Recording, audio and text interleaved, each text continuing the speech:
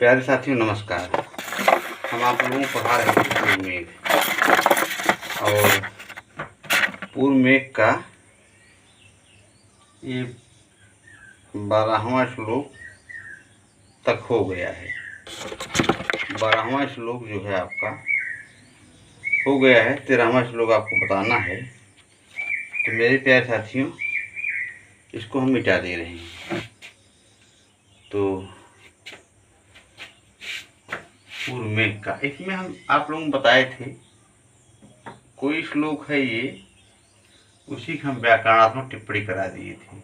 गच्छेह में आपका गम ये विधिलिंग मध्यम पुरुष एक वचन, और अनुकंखलम में बेभाव होगा। तैर राजा उत्तीर्णाम षष्ठी तत्पुरुष हो जाएगा। और सगर तनय स्वर्ग सोपान पंक्तिम, इसमें आपका षष्ठी तत्पुरुष हो जाएगा। गौरी वक्त भ्रिकुटी रचनाम में आपका षष्ठी तत्पुरुष बनेगा। केश ग्रहणम में आपका षष्ठी तत्पुरुष बनेगा। और इंद्र लग्नोर्मी हस्ता में आपका सप्तमी तत्पुरुष बनेगा। इस तरह से एक वीडियो मतलब एक श्लोक का व्याकरणात्मक टिप्पणी है। ये लास्ट में श्लोक है, तो उसमें पूर्व मेघ का है। ऐसे आगे हम कहीं थोड़ा सा हो जाए। तो अब 13वां श्लोक जो है इसमें ये कह रहे हैं, मार्गम तावत् शृणु कथयस् तत्प्रयाणानुरूपम संदेशम में तदनुजलद श्रोष्यसि श्रोतपेयम् खिन्नः खिन्नः शिखरिषु पदं न्यस्य गन्तासि यत्र क्षीणः क्षीणः परिलघुपयः स्रोतसां चोपभोज्य। मेरे प्यारे साथियों इसमें ये कहा जा रहा है, मतलब कालिदास जी मेघ के माध्यम से ये कहलवा रहे हैं कि आप जाना जब, तो भाई बीच में आपको थकावट लग जाएगी। और वही तो है ना कह रहे हैं, तो वही है, जब थक जाना तो पर्वत पे रुक जाना। किस पर्वत पे? तो वही चीज़ है अनुकंखलम माने मार्गम तावत्। पहले रास्ता बता रहे हैं, कह रहे पहले मार्ग सुनिए मैंने किस रास्ते से आपको जाना है। तो प्रयाणानुरूपम संदेशम मैंने संदेश, हे बादल, श्रोत मैंने ये ऐसा संदेश है जो कानों को पिया जाने वाला है। श्रोत स्रोत पेयम, भाई कुछ चीज़ें ऐसी होती हैं जो बहुत मधुर होती हैं। मतलब ये संदेश जो है में आप भाई श्रृंगार है ना भाई, एक प्रेमी प्रेमिका की कहानी है, तो ये चीज़ है। तो इसमें जो है आपका भाई एक नायक नायिका का वर्णन किया जा रहा है, तो इसलिए जो है ये कानों को पिया जाने वाला है। स्रोत से स्रोत पेयम, तो ही कह रहे खिन्ना खिन्ना जब जब तुम क्षीण होना। शिखरी सुपदम न्यस्य माने पर्वतों के शिखरों पर, गंतास में जा करके, पदम न्यस्य माने वहाँ पर रुक जाना। छीड़ा छीड़ा माने जब जब तुम क्षीण होना तो जल पी लेना। स्रोत शाम पय है, ये चीज़ है, यही मूल बात यही है इसमें। तो अब इसमें कह रहे हैं, हे मेघ, पहले तुम कहते हुए मुझसे अपनी यात्रा के अनुरूप मार्ग सुन लो। पहले मेरे साथ इसको हम श्लोक को लिख दे रहे हैं। मार्गम तावत्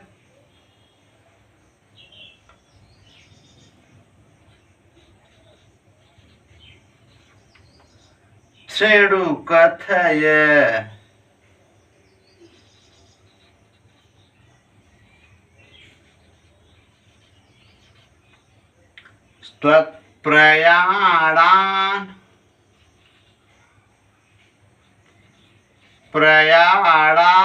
प्रयाणानुरूपम, ये चीज है।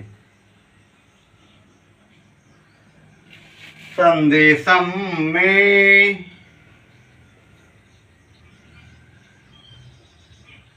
अब यहाँ तदन शब्द आया ना, तो यहाँ अनुलक्षण हो जाएगा, अनुलक्षण सूत्र लगेगा, तो अनुलक्षण द्वितीय हो जाएगी। कर्म प्रवचनी वाले में होता नहीं है, अभिर्भागी है, अनुलक्षण या लक्षण अर्थ द्योतित होने पर। जैसे भाई बारिश हो रही है, जप मन वर्षति वाला वही है, तो जब लक्षण अर्थ द्योतित होने लगा, कोई भाई बारिश मान लीजिए नहीं हो रहा है, तो किसी ने तपस्या किया, तपस्या करने के कारण बारिश हो रहा है, वही बात इसमें है। क्योंकि तब जब करने से बारिश हो रहा है, तो जहाँ लक्षण अर्थ द्योतित होता है तदन शब्द, तो वहाँ पे द्वितीय होती है, लेकिन सूत्र है ये कर्म प्रवचनी संज्ञा वाला है। मेरे प्यार से जो कारक वाला प्रकरण आएगा तो हम डिटेल से थोड़ा बताएंगे। तो ये चीज़ है, तो यहाँ अनुलक्षण में वही लगेगा। संदेशम में तदन, तदन शब्द जो आया है इसमें यही अनुलक्षण वाला लगेगा। जलद, जलद माने मेघ, जल को धारण करने वाले, देने वाले। श्रोष्यसि श्रोष्यपेयम, श्रोष्यसि श्रोत्रपेयम,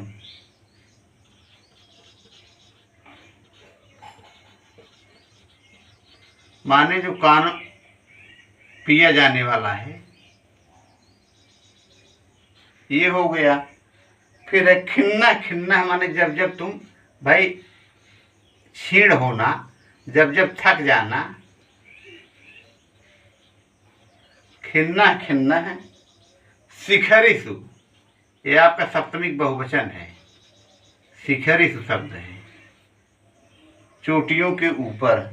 पदम माने पैरों को, न्यस्य माने रखकर, पैदम न्यस्य। गंतासी माने तब जाना, गंतासी यत्र। छीड़ा, छीड़ है,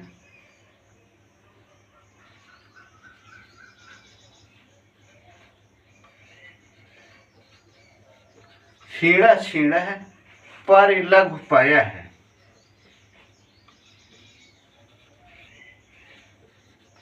ये चीज है। छीड़ा छीड़ा परिलघु पय। स्रोत शाम, स्रोत शाम। चोप भुज्य, चोप भुज्य, ये चीज है। तो मेरे प्यारे साथी 13वां श्लोक है। तो इसमें ये करेंगे, हे मेघ, पहले तुम कहते हुए अपने जाने का, यात्रा जो करना है उसका पहले वृत्तांत सुन लीजिए। तो वही है, मुझसे अपनी यात्रा के अनुरूप मार्ग सुन लो, जहाँ बहुत थकने पर, मतलब आप जब रास्ते में जा रहे होगे, अगर आप थक जाओगे तो वहाँ पर पैर रख कर विश्राम कर लेना, पर्वत की चोटियों पर। और अत्यंत क्षीण होने पर स्रोतों का, माने नदियों का, भाई जो स्रोत हैं नदियों के, जहाँ से मतलब भाई कहीं या झीलों का, कहीं से भी, तो अत्यंत क्षीण होने पर स्रोतों को हल्का जल पीकर पश्चात कानों से पीने योग्य मेरा संदेश सुन लेना। माने ऐसा संदेश है, ऐसा मधुर काव्य है, ऐसा संदेश काव्य है जो कानों को पिया जाने वाला है, कानों को पीने योग्य मेरे संदेश को, मधुर संदेश है। मतलब दुखद संदेश नहीं है। एक प्रेमी जो है अपनी प्रेमिका के लिए तड़प रहा है, ऐसा संदेश है। तो ये कानों को पिया जाने वाला संदेश है। पीने योग्य मेरे संदेश को सुन लेना, पश्चात कानों को पीने योग्य मेरे संदेश को सुन लेना। तो फिर इसमें वही बात है, कथयतः माने यहाँ मत्तः विशेषण है। तत्प्रयाणानुरूपम माने अपनी यात्रा के अनुकूल। यहाँ पे आपका तत्प्रयाणानुरूपम, रूपम अनुगता इति अनुरूप है। यहाँ आपका प्राज समास होगा, प्राज तत्पुरुष समास। प्र प्लस या प्लस लुट, प्रयाण शब्द जो बनेगा वो आपका बनेगा ये, जैसे ये है प्रयाणम, प्रयाणम शब्द है ना, तो बराबर प्र प्लस या प्लस लुट, लुट प्रत्यय है, प्रयाणम बन गया, ये चीज हो गया। और आपका ये है, इसमें आपका प्रात समास बनेगा, तो प्रयाण रूपम में आपका इसमें प्रात समास हो गया मेरे प्यारे साथियों, इस तरह से। और आपका खिन्ना, खिन्ना है, यहाँ वही है विपसार्थ में, यहाँ भी अभिभाव होगा, द्वित्व हो रहा है। मार्गम, यहाँ पे आपका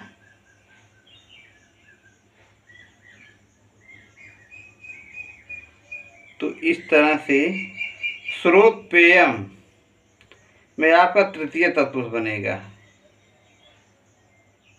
श्रोतपेयम, कानों से पीने योग्य अर्थात बड़े चाव से सुनने योग्य, श्रवण सुखद, श्रूयते अनेन इस श्रोत्रम, तो यहाँ पे आपका श्रोतपेयम में आपका तृतीय तत्व सुनेगा, ये चीज है।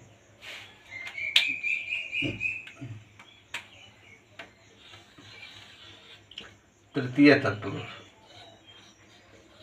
ये हो गया। और आपका यहाँ पे पवनः माने वायु, अद्रे माने पर्वत, श्रृंग माने शिखरम, हरत माने उत्पादयत, किंचित माने किम इति, इत्थम, उन्मुखी भी माने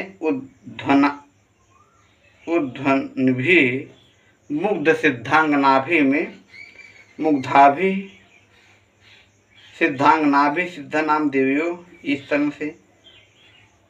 अब आगे वाला ये श्लोक है, ये आपका हो गया। फिर आगे वाला श्लोक है, अद्रे श्रृंगम हरत पवना, मैंने आप जब चलोगे तो मंदाक्रांता जलधि सड गई, मभौ न तौ तात गुरु चेत, अद्रे श्रृंगम हरति पवन है, किंचिदेत्युन्मुखी भी, दृष्टुसाह चकित चकितम, मुग्ध सिद्धांगनाभि, स्थानादस्मात् सरस निचुलात्, उत्पतोन्मुखः दिङ्नागानां पथि परिहरन्, स्थूलहस्तावलेपान्। मेरे साथियों ये आगे वाला श्लोक है और इसमें ये इसका अर्थ है, इसको हम ऐसे ही पढ़ दे रहे हैं, इसका हम व्याकरणात्मक टिप्पणी बाद में कराएंगे। वायु पर्वत के शिखर को उड़ाए जा रहा है क्या, माने जब आप लोग देखेंगी और पर्वत इस तरह से उड़ने लगेगा तो उनको नीचे जब देखेंगे तो लगेगा कि वायु जो है पर्वत के शिखर को उड़ाए लिए जा रहा है। इस प्रकार मुंह ऊपर किए भोली भाली सिद्धांगनाओं, ललनाओं के द्वारा अत्यंत चकित मुद्रा में देखे गए उत्साह वाले सरस बेतों वाले इस स्थान में